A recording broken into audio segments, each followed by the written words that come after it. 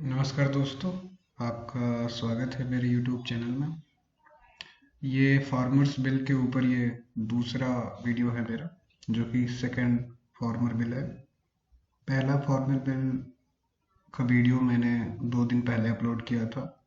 उसका लिंक आपको डिस्क्रिप्शन में मिल जाएगा। अगर आपने वो नहीं देखा है तो उसको पहले देख लीजिए एंड देन इस दूसरे पार्ट की तरफ आइए, क्योंकि उससे चीज़ें काफ़ी क्लियर रहेंगी। तो आज जो हम फार्मर बिल डिस्कस करने वाले हैं उसका नाम बेसिकली है farmers empowerment and protection agreement on price insurance and farm service act 2020। तो ये बेसिकली जो किसान बिल गवर्नमेंट 3 लेके आई है उसका ये दूसरा बिल है। और इसका अदर वे में आप सीधे कह सकते हो कि कॉन्ट्रैक्ट फार्मिंग, जिसपे बहुत ज़्यादा चर्चा हो रही है, वो है। इसमें बेसिकली किसी भी एग्रीड प्राइस पे फार्मर और एक कंपनी, इंडिविजुअल या ग्रुप ऑफ पीपल एक पर्टिकुलर क्रॉप के प्रोडक्शन के लिए कॉन्ट्रैक्ट कर सकते हैं। जैसे मैं उदाहरण के तौर पे दूं, दूसरे सेक्टर्स में जो होता है कि आपके घर में कोई फंक्शन है, वहाँ पे खाने का कॉन्ट्रैक्ट आपने किसी को दे दिया, तो वो आपसे कुछ एडवांस पेमेंट ले लेता है और आपसे वो कंफर्म कर लेता है कि कितने लोगों का खाना बनाना है, कौन कौन सी डिशेस बनानी है, और वो फिर वो बनाता है। तो एक कॉन्ट्रैक्ट के बेसिस पे होता है। सेम तरीके से अगर कोई स्पोर्ट्स कंपनी है, उसने किसी कपड़े व्यापारी से संपर्क किया और लोअर्स बनाने के लिए बोला, तो उसने एक एग्रीमेंट साइन कर लिया कि मुझे इस प्राइस पे इतने लोअर चाहिए। सेम उसी तरीके से किसान भी इस एक्ट के बाद से अब कॉन्ट्रैक्ट फार्मिंग मतलब अनुबंधित होकर अपनी फसल उपजा सकते हैं और उसे उस फिक्स प्राइस पे जो भी कॉन्ट्रैक्ट में मेंशन है उस पे बेच सकते हैं। इस वीडियो में हम क्या डिस्कस करने जा रहे हैं, बेसिकली हम यहाँ पे 4 पार्ट डिस्कस करेंगे। सबसे पहले ऑब्जेक्टिव, मतलब इसका मीनिंग क्या था कॉन्ट्रैक्ट फार्मिंग का, और ये एक्ट क्यों बना। दूसरा, प्रोविजंस क्या क्या हैं, इसमें कौन कौन से पॉइंट मेंशन है एक्ट में। थर्ड, मेरिट ऑफ एक्ट क्या है, मतलब कि क्या उसके अच्छाइयाँ हैं। और लास्ट, जो उस एक्ट में कुछ कंसर्न्स दिखाई दे रहे हैं और उसके पॉसिबल सॉल्यूशंस क्या हो सकते हैं, क्या क्या उस कंसर्न्स को दूर करने के लिए किया जा सकता है, जिससे एनसीआर में हो रहे किसानों के प्रोटेस्ट को भी खत्म किया जा सकता है। तो सबसे पहले ऑब्जेक्टिव्स, मतलब इसका मीनिंग क्या है। तो बेसिकली इस एक्ट के बाद कोई भी एक कंपनी या ग्रुप ऑफ पीपल या फिर इंडिविजुअल किसी किसान से एग्रीमेंट कर सकता है एक फसल उपजाने के लिए, एक क्वांटिटी डिसाइड करके और एक प्राइस डिसाइड करके।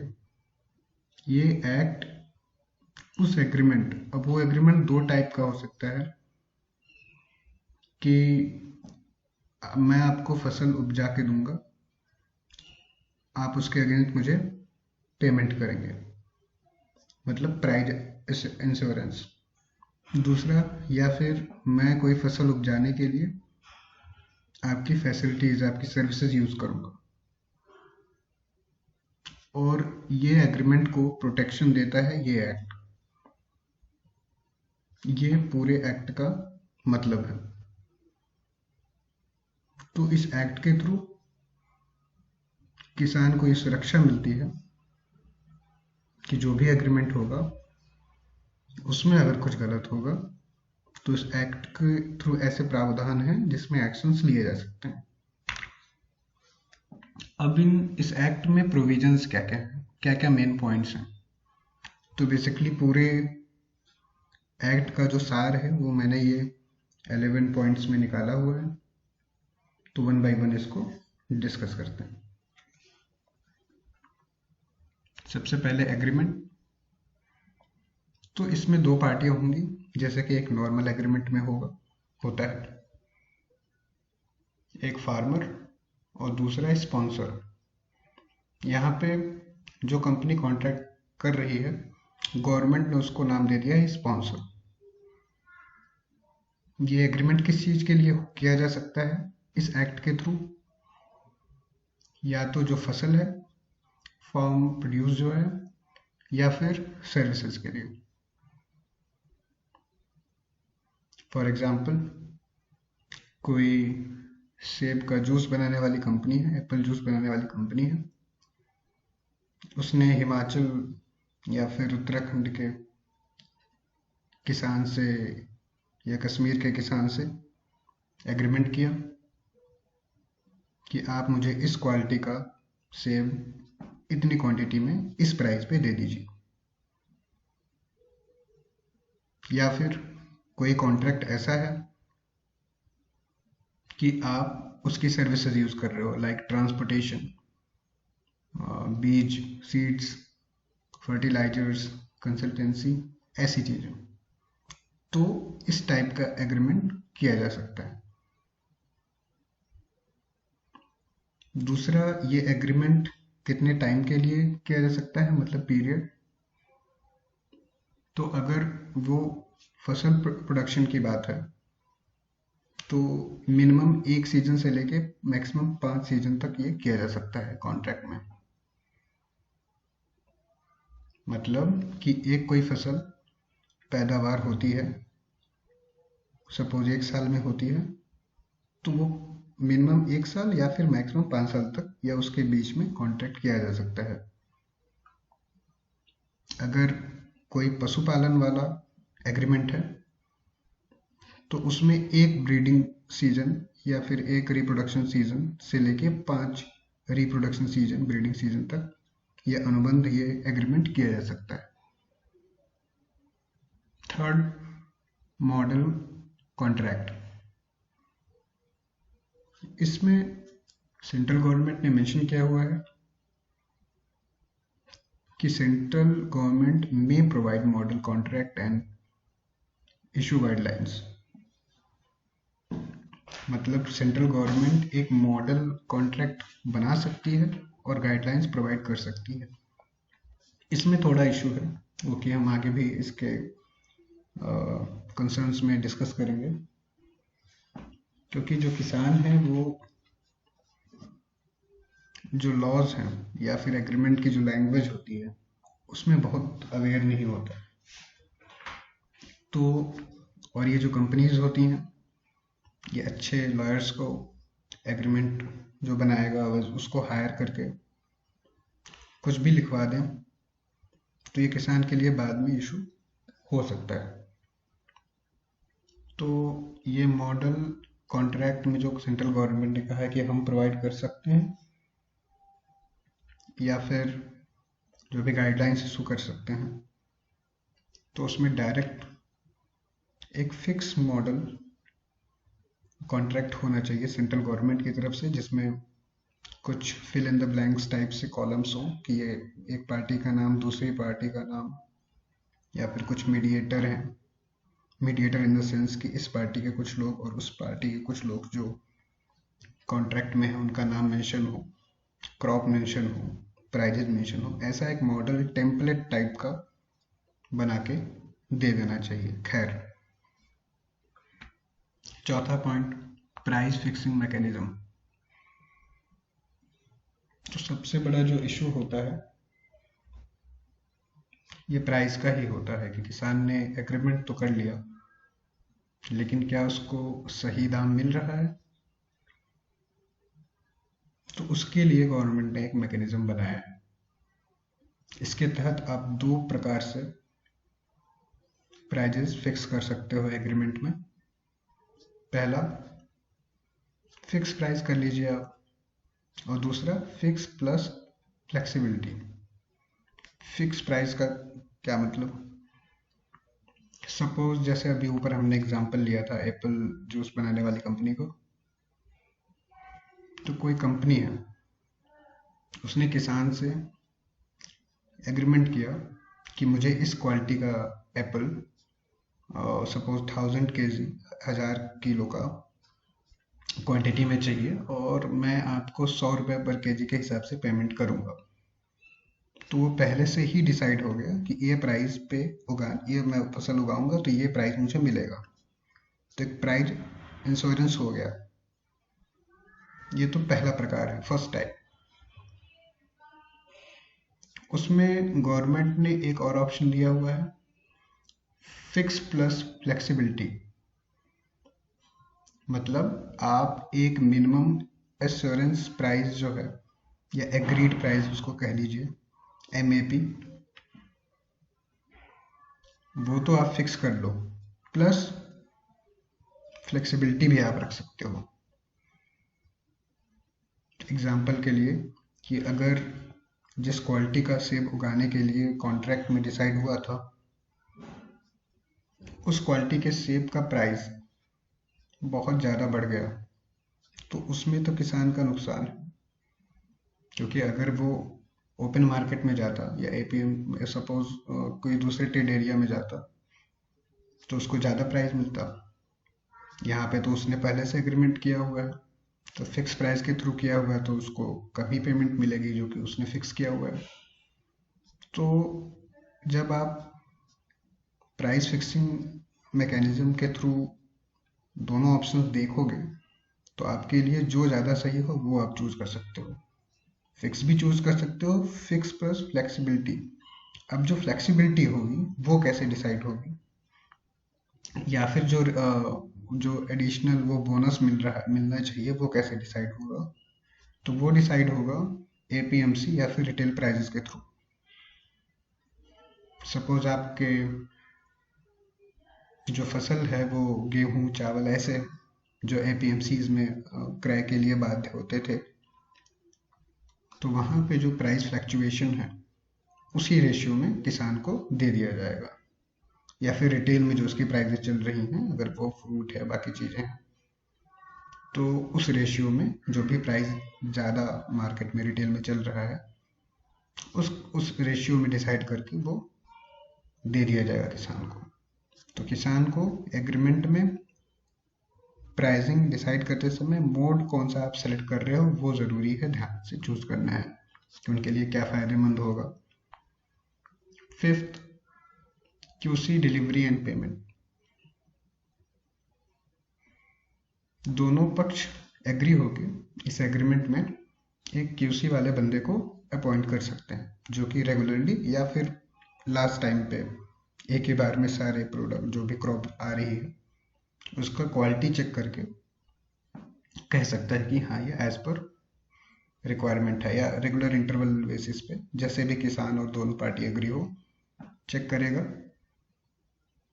और गिवन टाइम पे उसकी डिलीवरी होगी और जो भी कंपनी रहेगी उसको पेमेंट तुरंत करना होगा।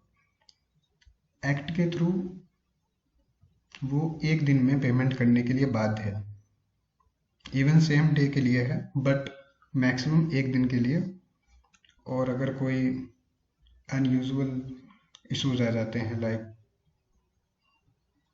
बैंक बंद है, अगले दिन संडे है या फिर कोई पब्लिक हॉलीडे है, तो वो 1 to 3 डेज तक का टाइम मिलता है। और उसके बाद उसको जब डिलीवरी मिल रही है तो उसी समय उसको रिटर्न में कंफर्मेशन देना है कि मुझे ये डिलीवरी मिल गई है और मैं इसकी पेमेंट इतने घंटों में या अगले दिन इस टाइम पे कर दूंगा। 6th point, farmers land. इस पे बहुत हो हल्ला हो रहा है कि इस एग्रीमेंट फार्मिंग के थ्रू किसानों की जमीन चली जाएगी, बट ऐसा कुछ है नहीं लॉ में। अगर आप पढ़ोगे इसको तो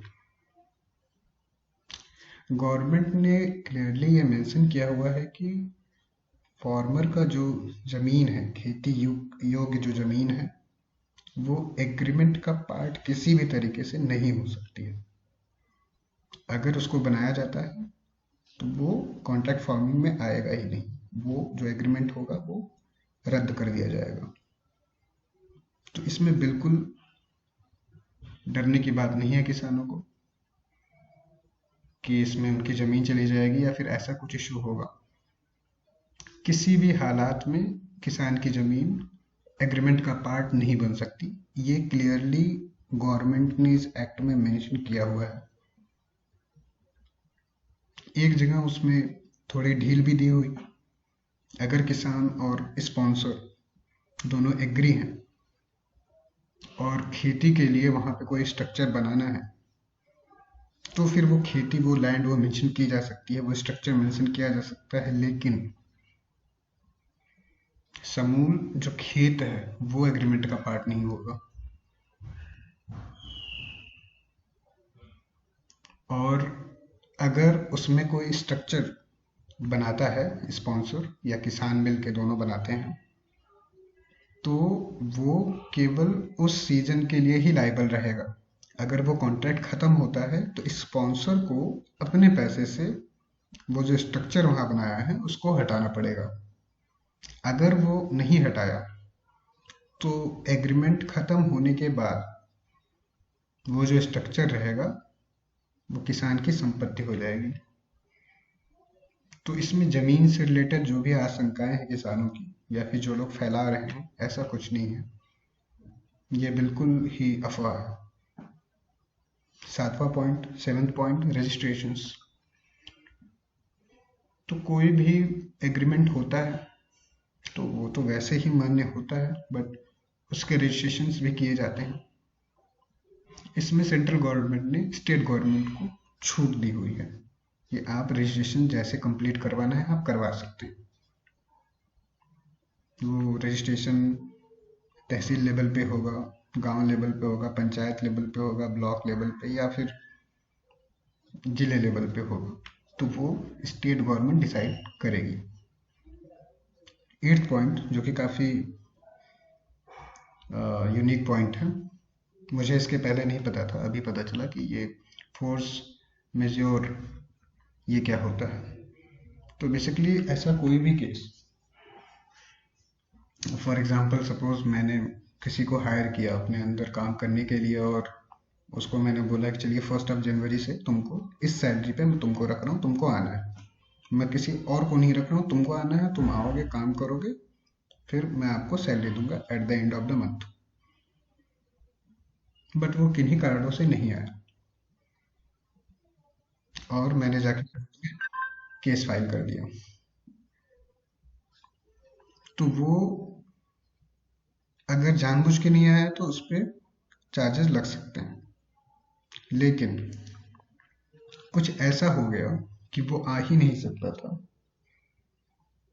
लाइक वो विपत्ति को वो टाल ही नहीं सकता था या उसे टैकल ही नहीं कर सकता था, उस केस में उस पर कोई भी चार्जेस नहीं लगेंगे। सेम ये एग्रीमेंट में है।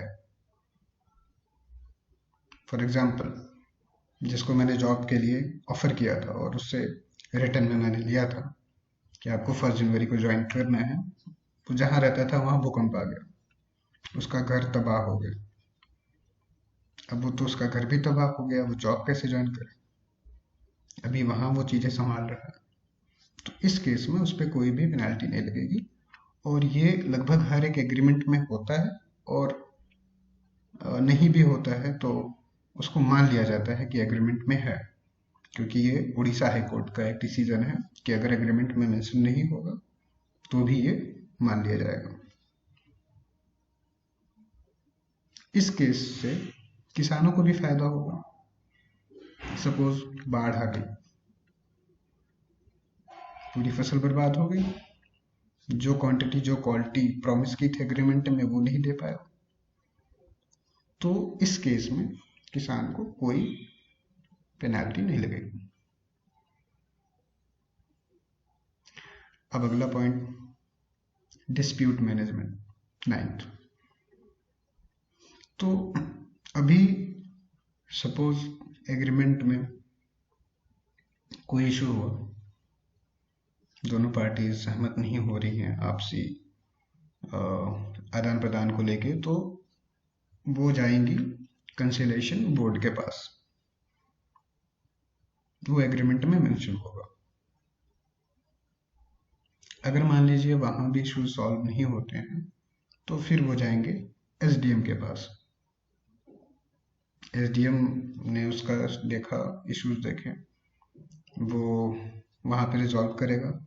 अगर मान लीजिए वहाँ भी रिजॉल्व नहीं होती है तो फिर वो कलेक्टर के पास जाएगा, या फिर कलेक्टर ने अगर एडिशनल कलेक्टर है उसके पास तो उसके पास जाएगा और वहाँ पे चीज़ें सॉल्व होंगी। तो ये एक मैकेनिज्म बनाया हुआ है, सबसे पहले conciliation board, then SDM, then collector. But अगर यहाँ भी चीज़ें सॉल्व नहीं होती हैं तो कोर्ट इसमें इंटरफेयर नहीं कर सकता है, ऐसा मेंशन किया हुआ है। ऐसा मेंशन किया हुआ है कि जो सेंट्रल गवर्नमेंट है उनका कहना है कि कोर्ट जिस भी केस में पड़ता है तो टाइम लगता है उसको सोल्यूशन उसका प्रोवाइड करने में, तो इसलिए कोर्ट को इससे बाहर रखा गया। इस पे आगे डिस्कस करेंगे। 10वां, पेनल्टी। सो यहाँ पे अगर एग्रीमेंट में कोई इश्यूज आते हैं या फिर कोई भी अपने एग्रीड पॉइंट से हटता है, फॉर्मर या फिर स्पॉन्सर, तो अगर स्पॉन्सर हटता है और उसमें स्पॉन्सर की गलती पाई जाती है तो स्पॉन्सर को 1.5 टाइम्स जो भी वहाँ पे प्राइस डिसाइड किया गया था एग्रीमेंट में उतना वो चार्ज देना पड़ेगा। तो यहाँ पे स्पॉन्सर को कॉन्ट्रैक्ट ब्रीच करने में तो लॉस है, बट अगर फॉर्मर ब्रीच करता है, फॉर्मर जानबूझ के कुछ ऐसा किया और एग्रीमेंट के तहत डिसाइड की गई चीज़ों को पूरा नहीं किया जानबूझ के, तो उस केस में फॉर्मर को कोई एडिशनल पेनल्टी नहीं देनी है, कोई एडिशनल चार्जेस नहीं देने हैं, बस जो स्पॉन्सर का खर्चा बनता था वो खर्चे पे कर देने हैं। तो यहाँ पे भी फॉर्मर को काफ़ी रिलीफ है। अगला पॉइंट, एग्रीगेटर्स। तो बेसिकली एग्रीगेटर्स क्या होते हैं, एक तरीके से आप मान लीजिए सहकारी कंपनीज जो होती हैं। अभी किसान क्या कर सकता है कि सपोज एक गांव में 100 किसान हैं, उन्होंने किसी एक कंपनी से कॉन्ट्रैक्ट अनुबंध कर लिया और उसके बाद उसके साथ कॉन्ट्रैक्ट फार्मिंग के थ्रू व्यवसाय करने लगे। तो उन सबको, क्योंकि वो 100 किसान हैं तो सबके विचार अलग अलग होंगे, उनको एक पेज पे लाके एक साइड, एक पक्ष बनाना, दूसरा जो कंपनी है वो, तो ये काफ़ी कठिन होता है। तो ऐसी चीज़ों के लिए जो एग्रीगेटर्स होते हैं वो काम आएंगे। वो ऐसे एग्रीगेटर्स उसमें आ सकते हैं, दोनों पार्टियों का एग्रीमेंट प्रॉपरली करवा के, या फिर एफपीओज भी जो होता है एफपीओज के थ्रू भी करा सकते हैं। एफपीओज को फॉर्म्स प्रोड्यूस ऑर्गेनाइजेशंस बोलते हैं। तो ये ऑर्गेनाइजेशंस एग्रीमेंट क्लियरली करवा के और जो भी कॉन्ट्रैक्ट फार्मिंग के पॉइंट्स है उसको फुलफिल करवा सकती हैं। इससे क्या होगा कि नई नई एफपीओज खुलेंगे और इससे किसानों को सॉल्यूशंस इजीली वे में कॉन्ट्रैक्ट फार्मिंग करने में इजी होगा। अब ओवरऑल ये प्रोविजन थे, 11 प्रोविजन जो मैंने आपको बताया। अब एक बार इसकी मेरिट्स डिस्कस कर लेते हैं, क्या क्या समझ में आता है इन प्रोविजन से। तो सबसे बड़ी चीज है प्राइस इंश्योरेंस।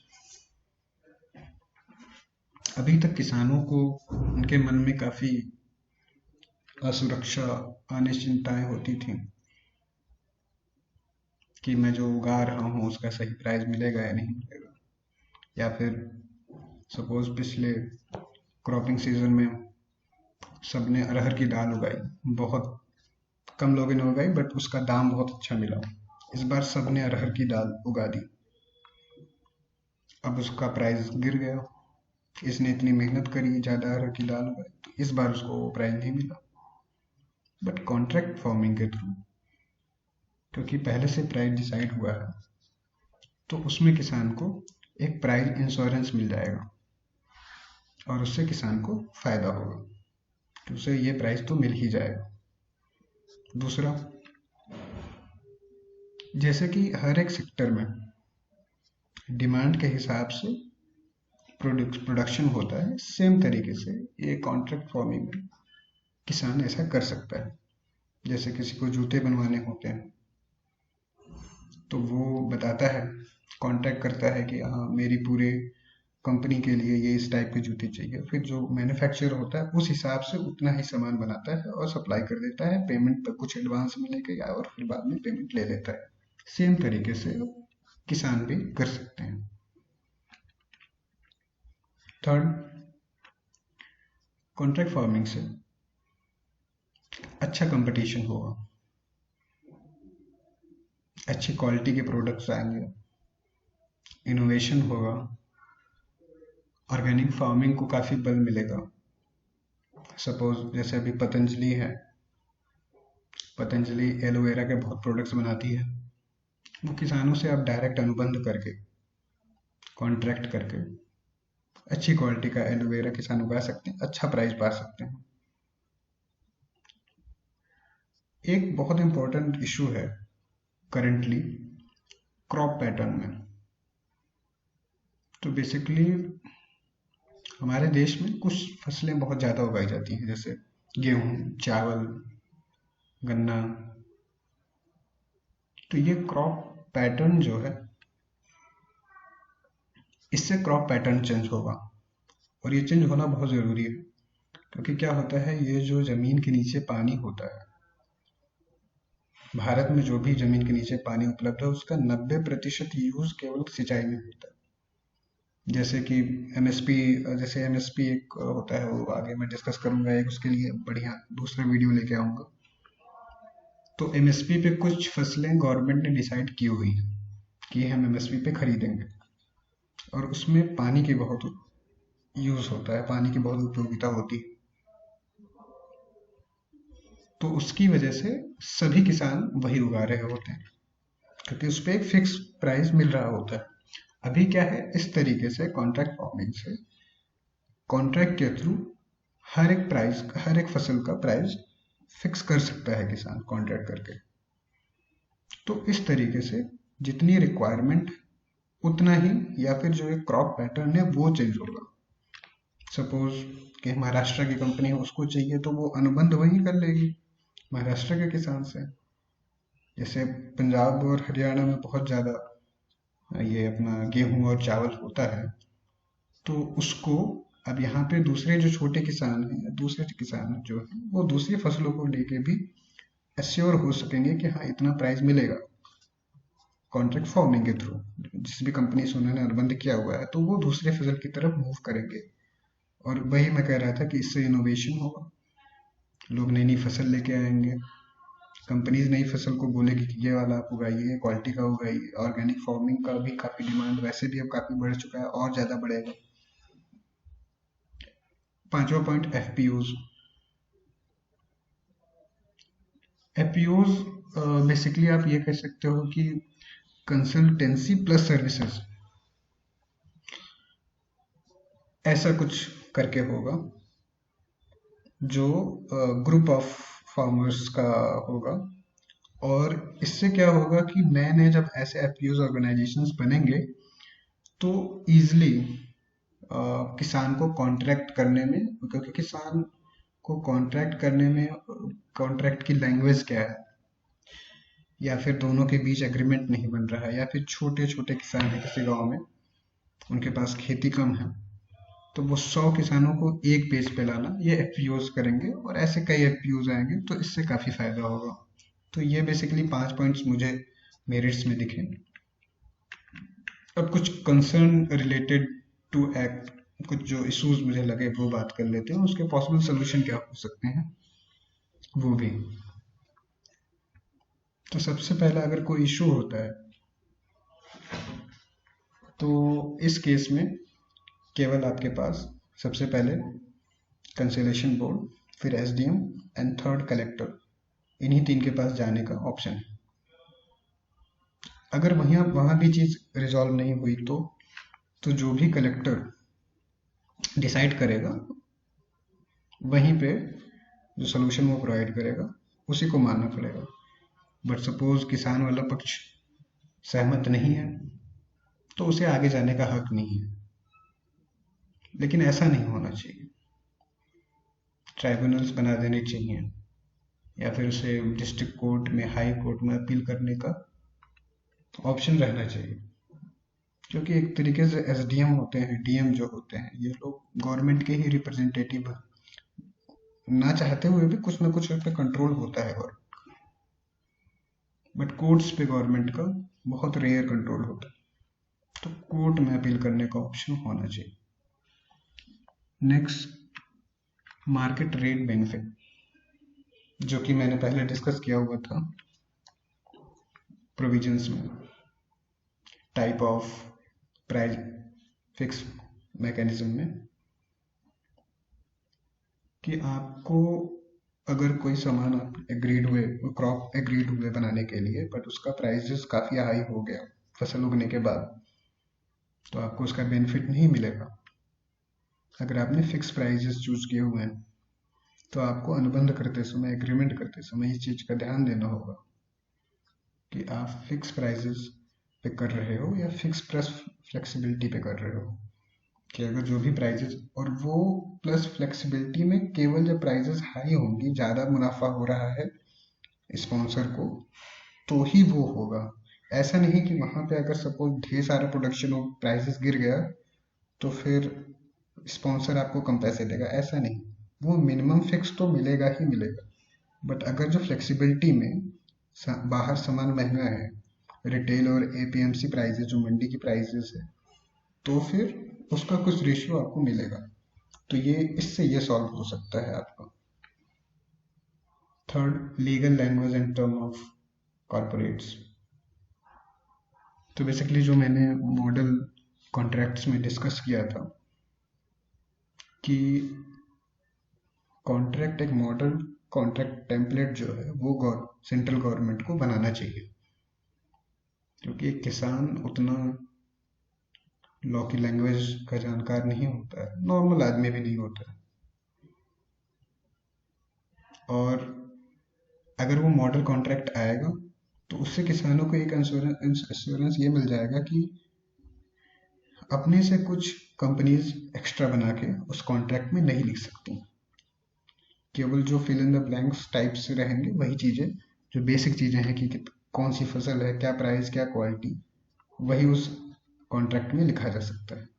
तो ये गवर्नमेंट को लेके आना चाहिए मॉडल कॉन्ट्रैक्ट वाला कॉन्सेप्ट। Fourth, regulations.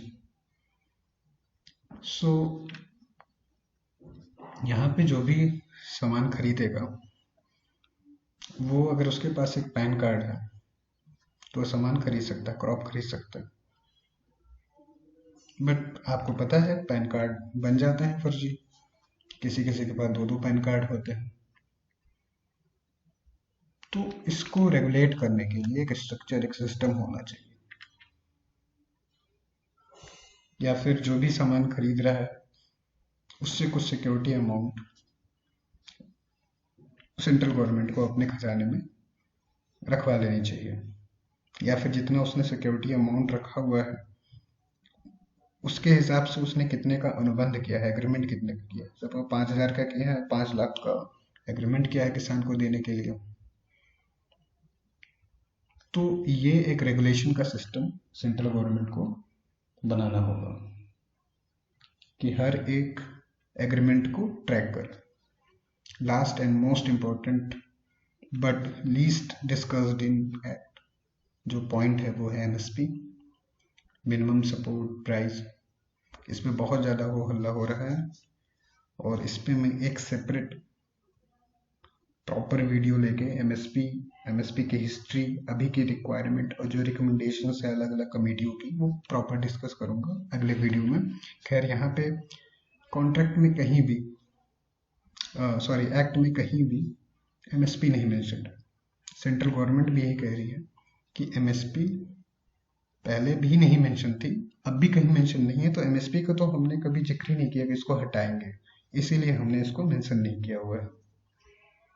और किसानों का यही हो हल्ला है कि एमएसपी हट जाएगा। वैसे इससे कुछ आपको समझ में आ रहा होगा पूरे एक्ट को जो मैंने एक्सप्लेन किया कि एमएसपी वाला सीन नहीं है, क्योंकि एमएसपी पहले भी रूल में नहीं था, बस वो एक शासनादेश से क्रियान्वित होता था। अब भी वो ऐसे ही होगा, बट यहाँ पूरे एक्ट में कहीं एमएसपी मेंशन ही नहीं है, वो कंसर्न एक है। तो ये जो दूसरा बिल था, किसान बिल, तीनों बिल का जो दूसरा पार्ट था, वो मैंने आपको प्रॉपर्ली एक्सप्लेन किया कि क्या है ये बिल, क्या इसमें प्रोविजंस हैं, क्या इसके प्लस पॉइंट्स हैं, क्या इसके कंसर्न नेगेटिव पॉइंट्स हैं। अगला वीडियो मैं लेके आऊँगा एमएसपी पे।